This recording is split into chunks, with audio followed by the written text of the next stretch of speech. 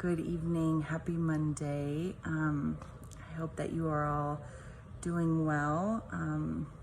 So our scripture tonight for tonight's devotional is 2 Timothy chapter 4. And I'm going to start reading in verse 5. But you keep your head in all situations. Endure hardship. Do the work of an evangelist. Discharge all the duties of your ministry. For I am already being poured out like a drink offering, and the time has come for my departure. I have fought the good fight. I have finished the race. I have kept the faith. Now there is in store for me a crown of righteousness, which the Lord, the righteous judge, will award me on that day. And not only me, but also to all who have longed for his appearing. So in this scripture passage in 2 Timothy chapter 4, if you remember last week, we talked about mentors and mentees and how Timothy was being mentored by Paul. And Paul was Timothy's mentor who wrote him 1st and 2nd Timothy. So letters to Timothy, 1st, 2nd Timothy. And Paul knew he was going to die soon. He knew he was going to go to Rome, and his time here on earth was coming to an end. And so he is writing to encourage and to pass on the torch to Timothy, literally speaking, as an evangelist, as a missionary, as a disciple of Jesus, as a leader in the church. He is sending him encouragement and saying, my time is done. My time is about done. You're up. And the thing that I love about this verse, 2 Timothy chapter 4, verse 7 is, I have fought the good fight. I have finished the race. I have kept the faith. I have finished the race.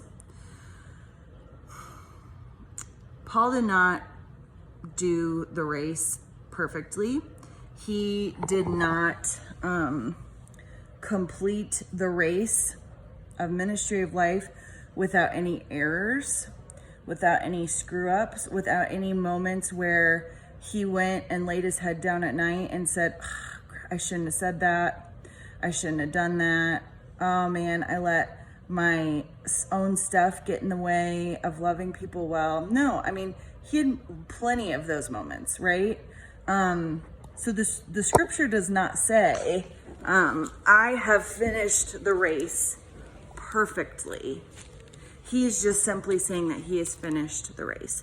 And that is what I want to talk to you all about, because that was the encouragement that I just kept hearing from the Lord, specifically this past weekend when I was on a hike and I was on a bike ride. I feel like we can be so hard on ourselves. We're always our worst critic.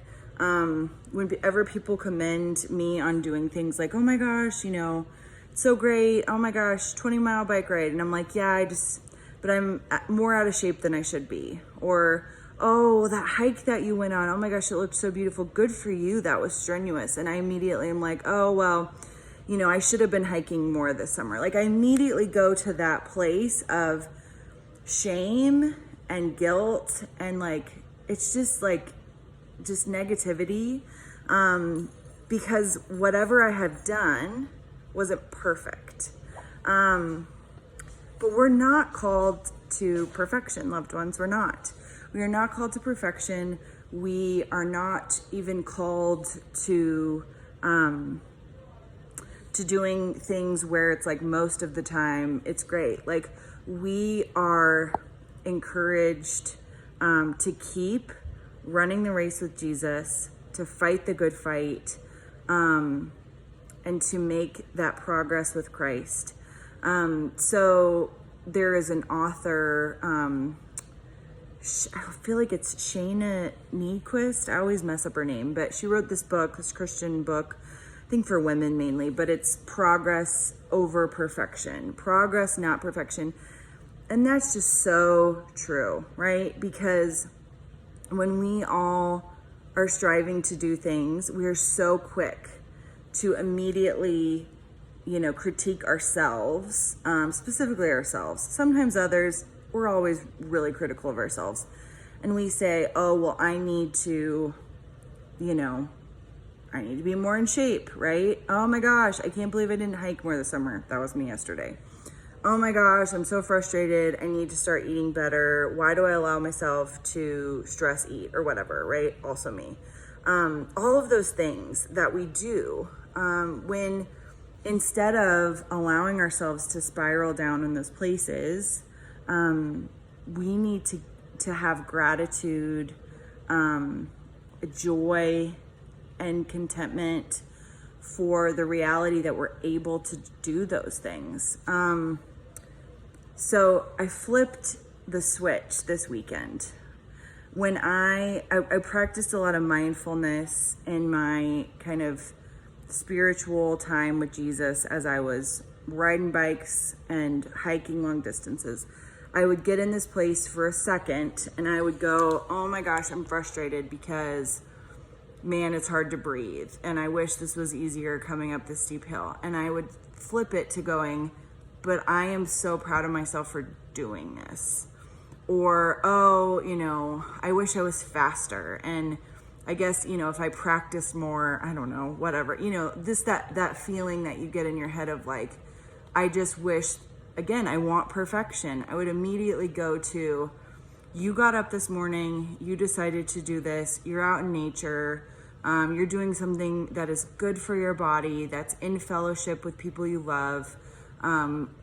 Like cultivate gratitude for that. Be present.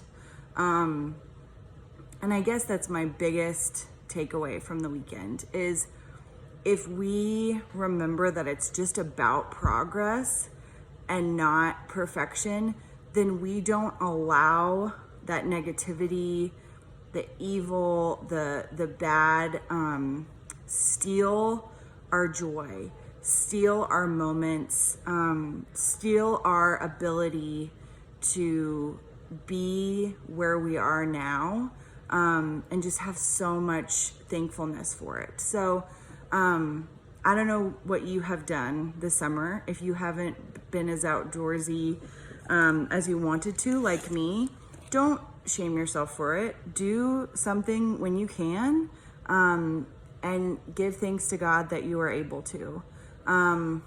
If you are struggling because you're really frustrated with family dynamic stuff right now, gosh, I feel like everybody's having some sort of issues with family and friends and loved ones.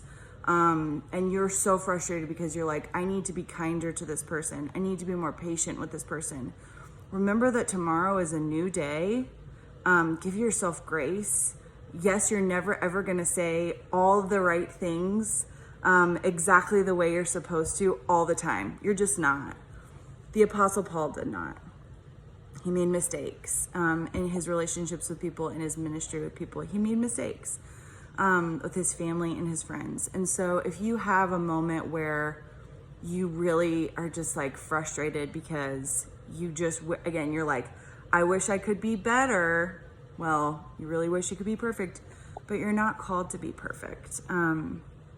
You're called to just continue to persevere with Jesus. And I think too, the times that I have heard from people, amazing mentors, like in their 90s, amazing men and women of God, when they reflect back on their lives, mid-90s, woman who's 102 years old, reflecting back on her life, she's like, they're all like, I have plenty of mistakes.